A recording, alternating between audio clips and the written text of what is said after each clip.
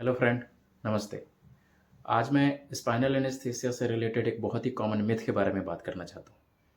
काफ़ी सारे पेशेंट्स ऐसे होते हैं जो बोलते हैं, डॉक्टर साहब, स्पाइनल इंजेक्शन के बाद ये कमर दर्द कब तक रहता है? क्या ये महीनों तक रहता है? क्या ये सालों तक रहता है? मेरे किसी रिश्तेदार ने कहा है कि एक बार अगर पीठ में इंजेक्शन लग गया सुन्न करने वाला, तो फिर आपको ये काफ़ी देर तक या काफ़ी सालों तक परेशान कर सकता है। अगर आप प्रेग्नेंट हैं और आपको किसी ने सिजेरियन सेक्शन के लिए एडवाइस किया है और आप डर रहे हैं, तो ये वीडियो आपके लिए है। मैं हूं डॉक्टर संजय, और आज इस वीडियो में मैं इस मिथ को पूरी तरह से ख़त्म कर देने की कोशिश करूंगा साइंटिफिक एविडेंस के थ्रू। इंडिया में एक बहुत ही कॉमन बिलीफ है, सिजेरियन सेक्शन के लिए अगर स्पाइनल इंजेक्शन लगवाया तो वो कमर दर्द फिर महीनों और सालों तक परेशान करता है। काफ़ी सारी महिलाएं इसके कारण परेशान रहती हैं, अंदर से घबराई हुई रहती हैं और एंजाइटी में रहती हैं। वो जब एनेस्थेसियोलॉजिस्ट से मिलती हैं तो मिलते ही वो कहती हैं कि डॉक्टर साहब, मुझे कमर में इंजेक्शन मत लगाना, मुझे पूरा बेहोश करके ऑपरेशन करो, क्योंकि मेरे किसी रिश्तेदार ने कहा है कि मेरे को ऑपरेशन के दौरान, सिजेरियन के दौरान जो स्पाइनल एनेस्थीसिया दिया गया था, उसका दर्द मुझे अभी तक हो रहा है। तो आइए आज इस मिथ के बारे में हम डिटेल में समझते हैं। सबसे पहले ये समझते हैं कि स्पाइनल एनेस्थीसिया आखिर क्या है। स्पाइनल एनेस्थीसिया एक बहुत ही सिंपल एनेस्थीसिया है। इसमें हम पेशेंट्स को ऑपरेशन थिएटर में लाने के बाद पूरे उसके बैक को क्लीन करते हैं और एक बहुत ही पतले निडल से स्पाइनल स्पेस में इंजेक्शन दिया जाता है। ये निडल ना मसल को डैमेज करती है और ना ही ये निडल रीढ़ की हड्डी में दी जाती है, बल्कि ये इंजेक्शन दो हड्डियों के बीच में एक गैप होता है, उस गैप के थ्रू दिया जाता है।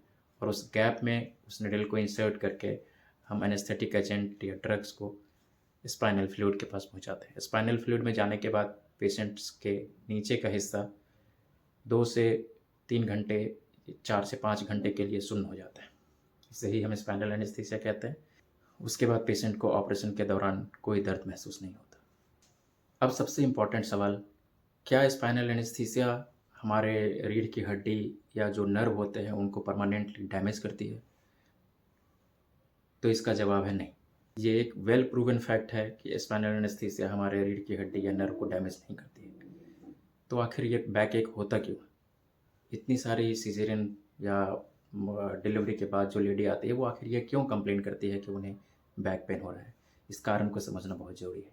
इसका कारण वो स्पाइनल एनेस्थीसिया नहीं है, इसका कारण कुछ और है। इसका मेन कारण है प्रेगनेंसी के दौरान होने वाले फिजियोलॉजिकल चेंजेस और प्रेगनेंसी के बाद बच्चों के केयर से रिलेटेड चीज़ें। तो आइए समझते हैं। इसके कई कारणों में से एक कारण है प्रेगनेंसी के दौरान वेट गेन। प्रेगनेंसी के दौरान जब फीमेल वेट गेन करती है, तो उस वेट गेन के कारण हमारे स्पाइन का नॉर्मल कर्वेचर मेंटेन्ड नहीं रहता है। खास करके लंबर स्पाइन या लंबर कर्वेचर जो होता है, वो नहीं मेंटेन रह पाता है। ये एक नेचुरल कर्व को ब्रेक करता है और दर्द का कारण बनता है। दूसरा इंपॉर्टेंट कारण है प्रेगनेंसी के दौरान होने वाले हार्मोनल चेंजेस। प्रेगनेंसी में बहुत सारे ऐसे हार्मोनल चेंजेस होते हैं जिसके कारण लिगामेंट्स एंड मसल्स सॉफ्ट हो जाते हैं, जो हमारे स्पाइनल कॉर्ड्स को सपोर्ट करते हैं। तो ये भी एक कारण हो सकता है। कारण है बेबी को उठाने का रॉन्ग पोस्चर। यूजुअली प्रेगनेंसी के बाद लेडी बच्चों को काफ़ी झुक के उठाती हैं। एक और इम्पॉर्टेंट कारण हो सकता है लो बैक का गलत पोस्चर में बच्चों को फीड कराना। कई सारी महिलाएं बच्चों को काफ़ी झुक के फीड कराती हैं, जो लो बैक एक का एक कारण हो सकता है। तो फ्रेंड्स, ध्यान रखें, प्रेगनेंसी या सिजेरियन सेक्शन के बाद होने वाले लो बैक एक का कारण वो स्पाइनल एनेस्थीसिया की निडल नहीं है, बल्कि प्रेगनेंसी के दौरान होने वाले चेंजेस और बच्चों के केयर को सही ढंग से करने के लिए जो पोस्चर होने चाहिए वो नहीं मेंटेन कर पाते, वो इसका कारण होता है।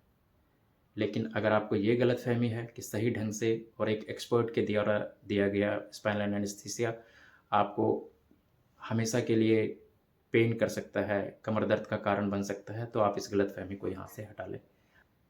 स्पाइनल एनेस्थीसिया बहुत ही सेफ है, पूरे वर्ल्ड में स्पाइनल एनेस्थीसिया दिया जाता है। और नेक्स्ट वीडियो में। Thank you so much.